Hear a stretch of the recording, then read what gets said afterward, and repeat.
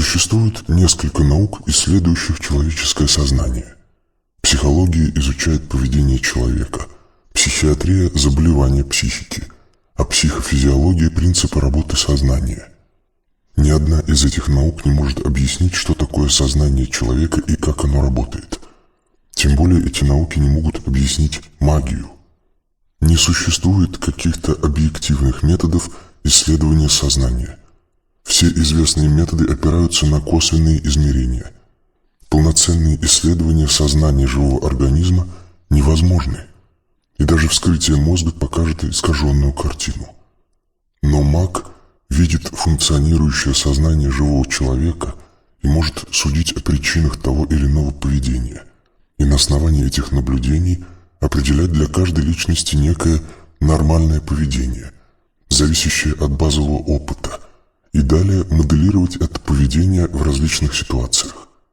На фоне обычного поведения личности можно выделить некий особый, нестандартный тип поведения, связанный с наличием внешнего ментального тела, сознания, не имеющего материального тела, организма.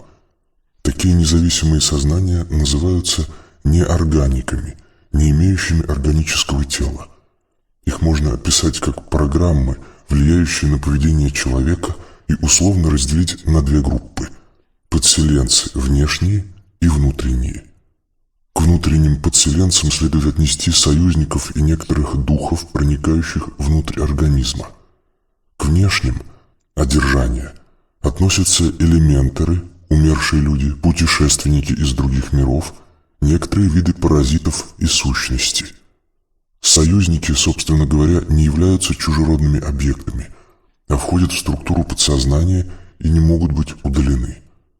Духи, проникающие внутрь организма, это, как правило, ментальные тела животных и растений, попавшие внутрь организма при дыхании и во время еды.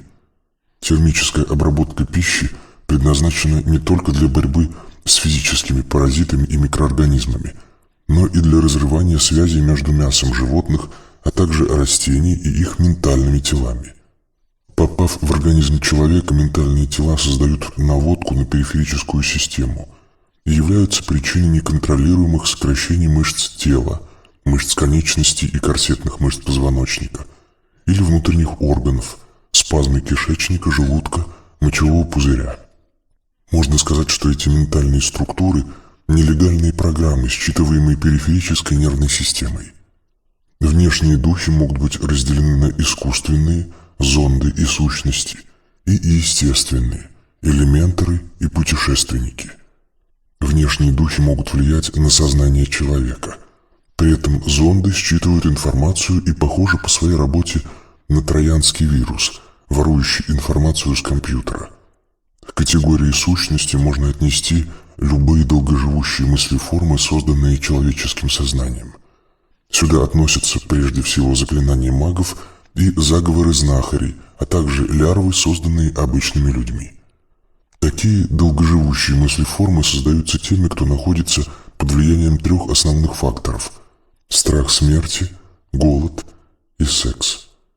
Человек, долго и концентрированно создающий мыслеформу того, чего боится, например, змея, или наоборот, желает, еда, противоположный пол, создаст сущность, способную существовать отдельно от своего создателя.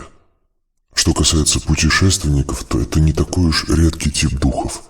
Их особенностью является наличие где-то в удаленной точке пространства или времени живого физического тела, связанного с ними серебряной нитью.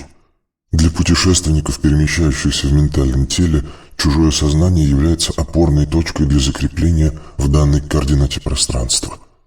Путешественники могут достаточно сильно влиять на сознание человека, так как ментальные тела объекта закрепления человека и путешественника взаимодействуют, то есть между ними происходит обмен информацией. Помимо путешественников, исследователей, на человеке могут висеть элементы, использующие его как точку зацепления для удержания в физическом мире, чтобы не попасть в лимб. Сюда можно отнести родственников и друзей, близких людей, привязанных к этому человеку. Элементы тянут на себя энергию, обесточивая сознание человека. Они вызывают депрессивные состояния. Этим элементы отличаются от путешественников. Путешественники являются скорее донорами энергии, чем вампирами. Помимо ментальных и народных программ, существуют еще внешние паразитические структуры эфирного, сватхистхана чакра, и астрального, манипура чакра, планов. Эти паразитические структуры воздействуют на тело человека напрямую, а на сознание косвенно. Исследуя структуру сознания человека, сложно отделиться от информационных помех, создаваемых внешними и внутренними инородными структурами. Если убрать эти паразитические программы, то изучить структуру сознания можно. Сознание состоит из двух частей – левой – личность и правой – подсознание. В соответствии с правилом 4 стихий, каждое из полушарий можно разделить на две части – высокочастотную ВЧ и низкочастотную НЧ. Левое полушарие делится на высокочастотную зону огня Вишудха Аджна и низкочастотную зону воды Анахата Вишудха. Правое полушарие делится на высокочастотную зону воздуха и низкочастотную зону земли. Точка Я связана с зоной огня и настоящим временем, ВЧ-зона левого полушария. Память личности связана с зоной воды, МЧ-зона левого полушария. Системная информация связана с зоной воздуха, ВЧ-зона правого полушария. Кармическая информация связана с зоной Земли, НЧ-зона правого полушария. Личность в каждый момент времени представляет собой структуру, сформированную на основе полученного жизненного опыта. То есть личность – это не информация, а структура. Различные события в жизни человека формируют опыт, а опыт образует структуру, как пазл. Опыт – это след, оставленный событием на структуре личности. Личность играет роль холста, на котором художник рисует картину. От состояния холста зависит получившаяся картина. Одно и то же событие по-разному влияет на разные личности. То есть опыт, полученный разными личностями в результате одного и того же события, отличается. При этом на личность действуют именно события. Событием называется такое взаимодействие, при котором происходит обмен энергиями между его участниками. Значимость события определяется количеством переданной энергии, то есть силой взаимодействия участников. Событие оказывает давление на личность. Разная сила давления означает разную значимость одного и того же события. Например, лекция по истории какой-либо войны является опытом. Однако личный опыт участия в конфликте гораздо более значимое событие, дающее совершенно другой опыт. Поэтому акцент на теоретическом знании в обучении и не формирует личность специалистов. Существует в структуре личности локальная структура, расположенная в зоне огня левого полушария, которая называется ключ гильдии. Эта структура является общей для всех специалистов, работающих в области специализации данной гильдии. Ключ гильдии формируется именно за счет опыта совершения определенной, обязательной для всех специалистов в данной области работе и создает контакт с эгрегором гильдии по данной профессии. Если у человека есть несколько разных ключей, то они могут быть задействованы по очереди, и конфликтующие эгрегоры могут нейтрализовать друг друга. Структура личности формируется за счет участия в событиях, а теоретические знания являются только базой для получения личного опыта. Поэтому воспитание, использующее опыт общения с социумом, не работает в форме увещеваний и лекций. Если в каком-то месте собрать много асоциальных личностей, например, в тюрьме, и предоставить им возможность общаться друг с другом, то они сформируют эгрегор, который втянет в себя и воспитает всех окружающих. Так особые метки уголовного социума могут быть считаны не только у тех, кто в тюрьме сидел, но и у тех, кто в ней работал. Аналогичный след оставляет, например, армия или полиция. Каждое учебное заведение формирует свой тип структуры. Кастовая система четко определяется как след, оставленный семьей. При этом процесс формирования базы личности, скелета личности, заканчивается к 5 годам. В самом нижнем уровне идет след, оставленный подсознанием и наиболее активным союзником. Далее прослеживается пласт структуры, созданной родителями. Затем начинается влияние воспитателей и ближайших родственников.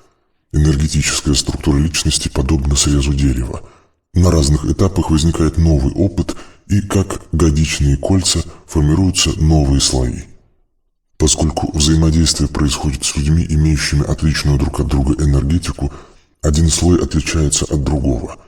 При этом и сами события обладают разной степенью значимости, разным количеством энергии. Можно представить себе пороговое количество энергии, начиная с которого происходит формирование личности. Например, человек добирается до работы на нескольких видах транспорта, но практически не общается с людьми. Уровень энергии при таком взаимодействии низкий, и формирование следа не происходит. У каждого человека существует свой порог взаимодействия. Например, для отшельника или человека, попавшего на необитаемый остров, любое общение значимо. Если представить себе обычного горожанина, то для него общение с полицейским событие. Для самого полицейского общение с горожанами – рутина, обычная работа.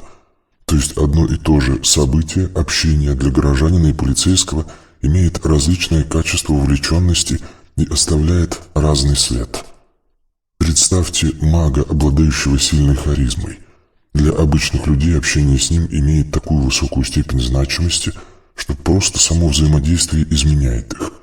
Личность мага оставляет оттиск. При этом дети обладают маленькой степенью сопротивления, меньшей устойчивостью, то есть воздействие харизматической личности на детей сильнее. Положение точки сборки, ТС, определяет касту личности. Взаимодействие зависит от касты и происходит больше в той области, где у харизматической, значимой личности находится ТС. Если ТС находится в области энергии тела, то там оставить оттиск сложно, так как структуры тела сформированы и устойчивы. Область сознания, анахата, сахасрара чакры, когда формируется, неустойчиво. Поэтому взаимодействие с магами уровня 4.1 оставляет более сильный след, чем тот, что формируется при взаимодействии с обычными людьми. Структура личности априори имеет искусственное происхождение и формируется большим числом людей, с которыми взаимодействовала данная личность. Параметр, определяющий степень воздействия сознания личности на окружающих, называется харизмой. Харизма представляет собой энергетическую количественную характеристику ментального давления. В соответствии с этим определением харизмой могут обладать люди с уровнем не ниже, чем 3,7, так как у людей с более низким уровнем плотность ментального тела слишком мала, чтобы стать определяющим фактором. Обычные люди с 1 по 3 касты взаимодействуют друг с другом на телесном и общественном уровнях. Отсюда стремление этих людей к использованию различных телесно-ориентированных стимулов, от наказаний до поощрений. Такое обучение с помощью кнута и пряника является разновидностью дрессировки и основано на выработке условного рефлекса. Правильное действие – поощрение, неправильное – наказание. Вся система оценок в школе, зачеты и стипендии в институте, премии и штрафы на работе – это система дрессировки, предназначенная для обычных людей. Маги потребляют информацию как еду. Для них интересная информация и есть вкусная еда. Если человек выбирает высокооплачиваемую, но неинтересную работу, это, скорее всего, человек второй касты. Если его прельщает должность с высоким статусом, но меньшей зарплатой, то это человек третьей касты. Люди четвертой касты выбирают работу, которая им интересна. При взаимодействии с учителем можно сразу понять, к какой касте он относится. Учитель второй касты более всего ценит зарплату. Учитель третьей касты стремится к наведению дисциплины и подчеркивает свой статус начальника. Учитель четвертой касты рассматривает каждого ученика как сознание и старается ввести всех учеников в режим прямой передачи информации, для чего контролирует, фиксирует на себе внимание учеников. Между таким учителем и учениками идет прямой обмен информацией на ментальном уровне.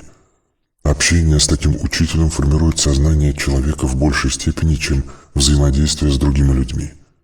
С момента рождения человек формирует свою личность путем взаимодействия с окружающими людьми. При анализе личности мы видим структуру, состоящую из отпечатков сознания внешних людей. При этом можно выделить доминирующие личности, Обычно это те, кто обладает харизмой, родители и члены семьи. Вторая половина личности включает в себя события прошлого, НЧ-область левого полушария, стихия – вода.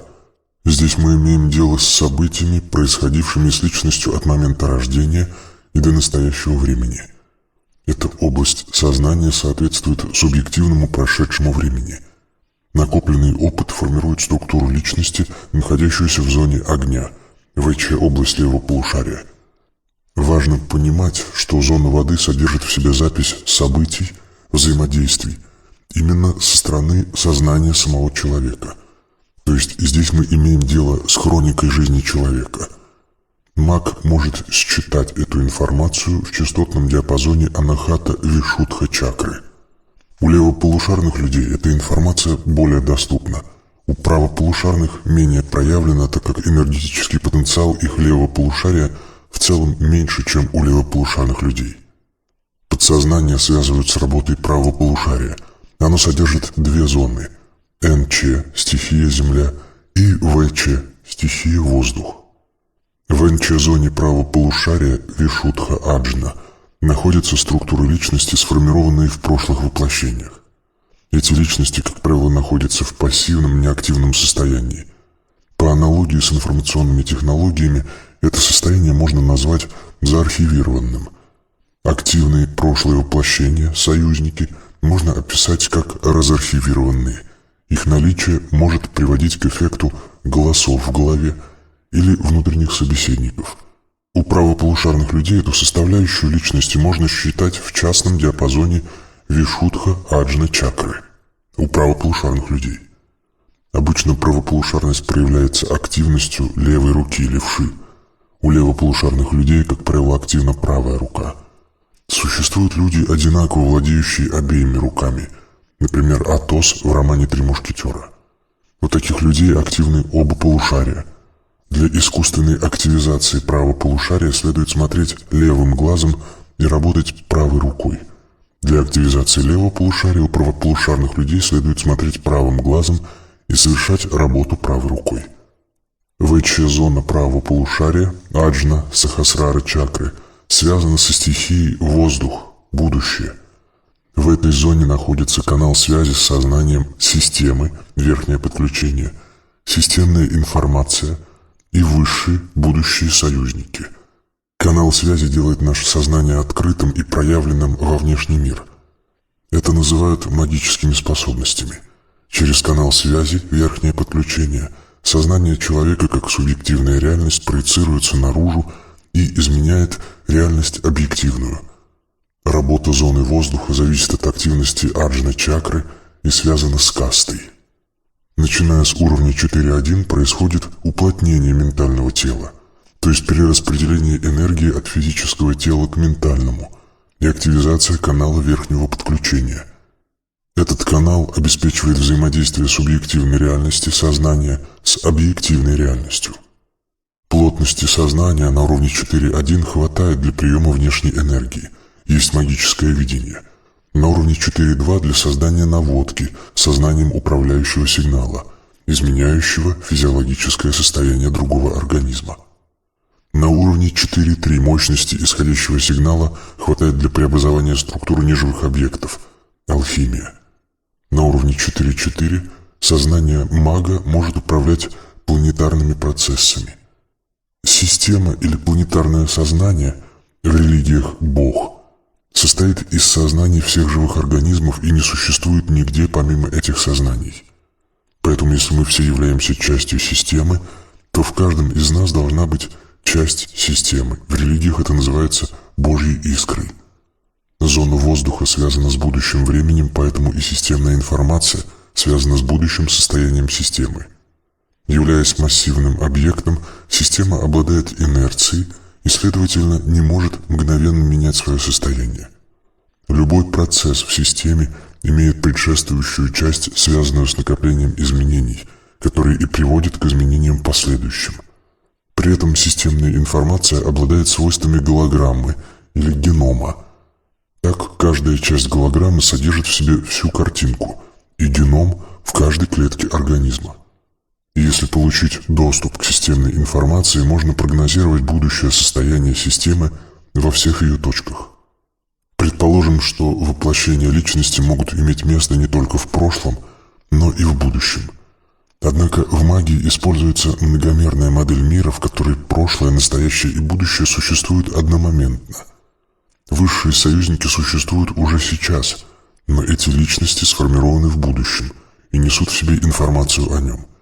Поэтому при контакте текущего сознания личности с высшими союзниками можно получить информацию о событиях субъективного будущего. Стихия воздух связана не только с временем будущего, но и с его многовариантностью. Пятое измерение, расширение времени, порождает параллельные миры, многовариантность течения процессов. Поэтому в зоне воздуха находятся не только высшие союзники, но и отражение конкретной личности в параллельных мирах. Если монада данной личности существовала до разделения мира на несколько временных потоков, то есть на несколько параллельных миров, в каждом из этих миров будут существовать отражения этой личности. Все отражения одной личности связаны между собой и взаимодействуют в зоне воздуха. При рассмотрении поведения личности можно выделить внешние факторы и внутренние, каждый из которых можно разделить на категории. При рассмотрении сознания, ментального тела с помощью магического видения можно выделить отдельные факторы, формирующие поведение данного человека в настоящем времени.